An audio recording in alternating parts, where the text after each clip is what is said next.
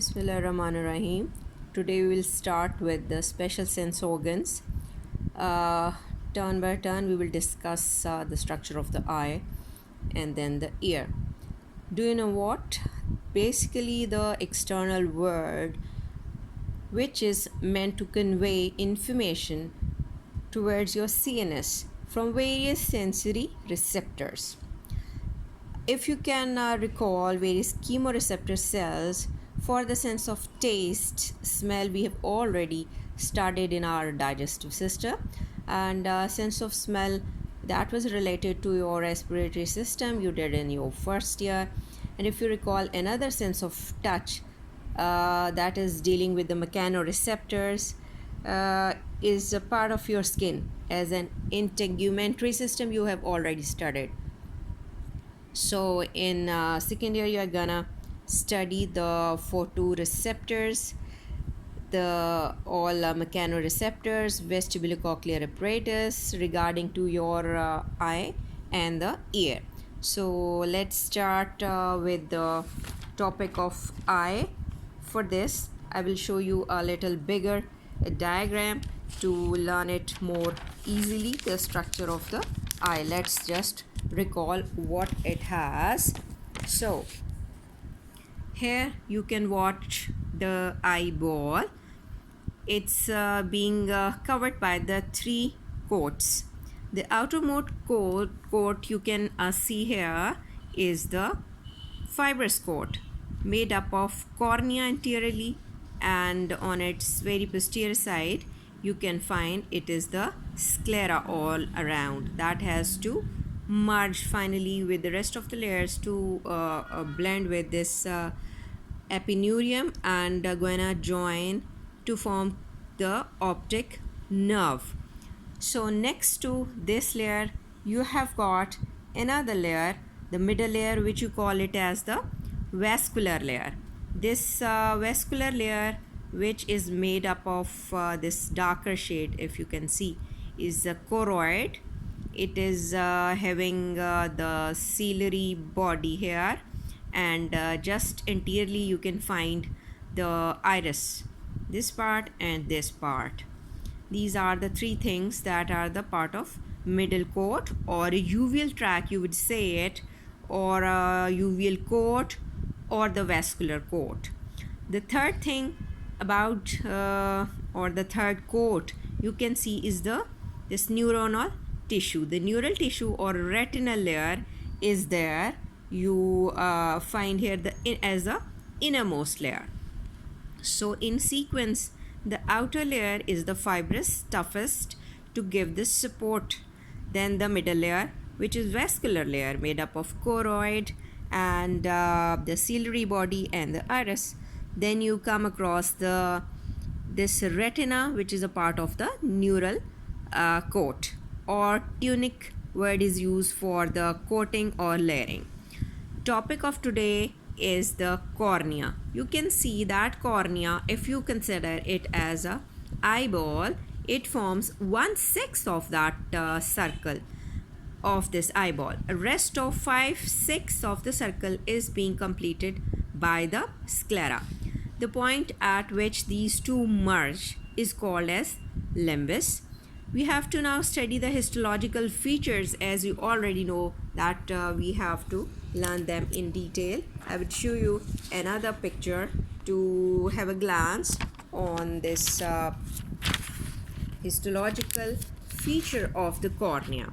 So for better understanding, it's if you consider it this part as if I have drawn a pencil sketch of little bit of this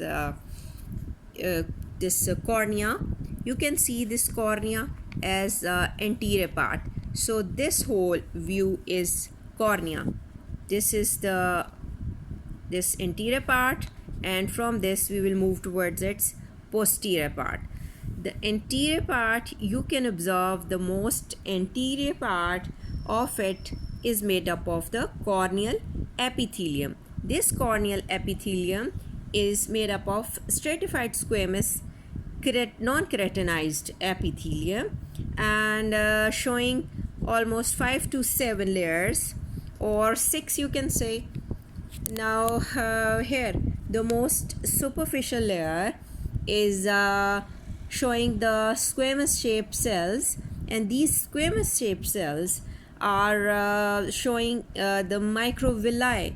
If I can show you that larger view, here you can see the stratified squamous epithelium, which is non-keratinized. This top layer, which is showing this squamous flattened cells, now come towards here. These are showing the microvilli projecting into a space that is being filled with the tear film, precorneal tear film, you would say, that is meant to lubricate it. Now these whole cells, all cells are being joined together by the junctional complexes, the desmosomes, and in this epithelium, the basal layer is made up of low columnar epithelial cells. They are showing many mitotic activity in it. So that mitotic activity helps out to gradually replace them towards the surface.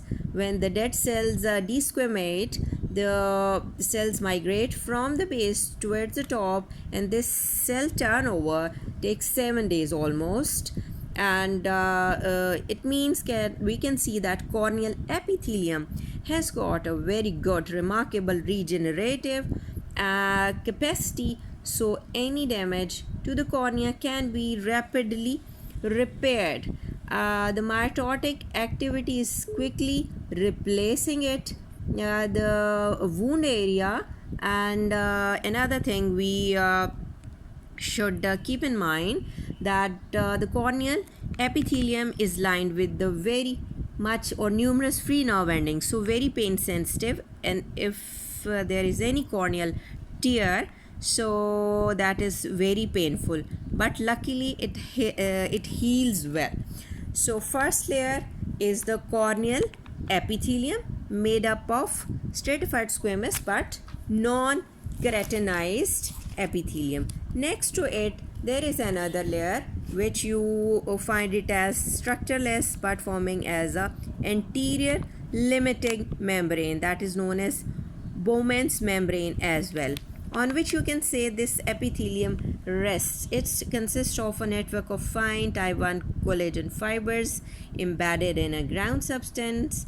What it does, basically this anterior limiting membrane that gives strength to the cornea and also forms the barrier to not to spread the infection. And but the thing here is this membrane, Bowman's membrane, doesn't showing the regenerative activity here, so any damage in this layer or up to this can lead to a scarry, opaque appearance and can lead to impairment in the vision. Okay, this is the second layer, which we mentioned it as the anterior limiting membrane. After that you can see in the cornea a very thickened layer making the corneal stroma. Corneal stroma is also known as substantia propria, which is the thickest one. You can see the 90% of the corneal thickness is through this corneal stroma. Now what it carries? It composed of several lamellae and these collagenous fibrils, which are made up of type 1 collagen. In this, what happens, lamellae or lamina, you know, is in a form of sheet.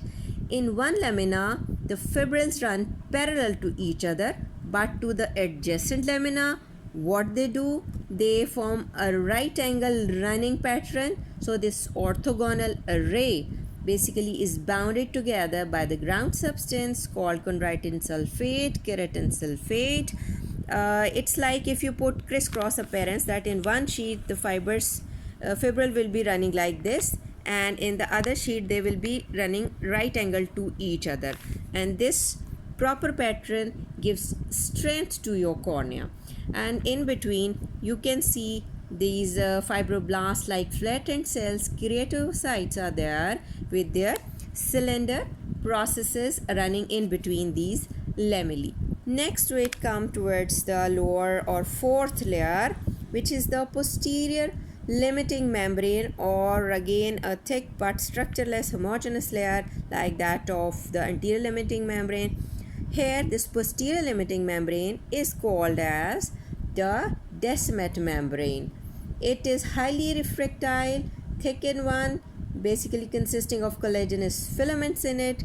The measurement is only 5 micrometer thick, but in old age it can attain the thickness of 17 micrometer.